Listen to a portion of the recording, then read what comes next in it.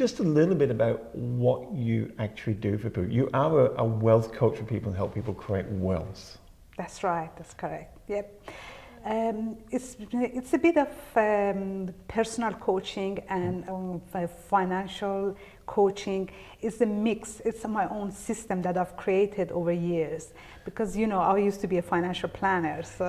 But you're also a self-made millionaire. That's you right. started yes. with nothing and got there. But I think sometimes people go, oh, she must have been lucky, had some good. But you haven't always been a millionaire, have you? No. What's a little bit about your background?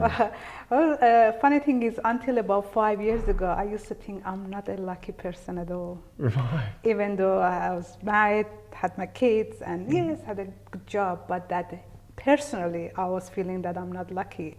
And only after reading the book, The Luck Factor, which is, I'm actually going to talk about it later on in my Well TV. channel? Yes.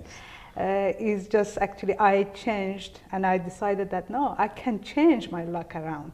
So yeah, the luck has got nothing to do with it. So if you are like me and blaming your financial situation on luck, so sorry, you are not going to do it anymore. But your background, because you weren't born in Australia, you didn't even speak English. Yep, that's right. And I believe when you went through university, you had to use a dictionary to get the translations. I know, and still to this day, I've kept those books. You know, my kids, they look at it, they say, "Mom, you didn't even know the meaning of these words." I say, "Yep." You know, so that's me. But having said that, actually now I'm an author. Can you believe it?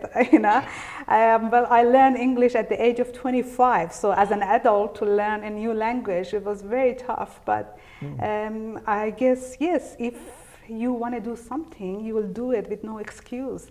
And now I've got a few books and even some articles published now globally, so which is great.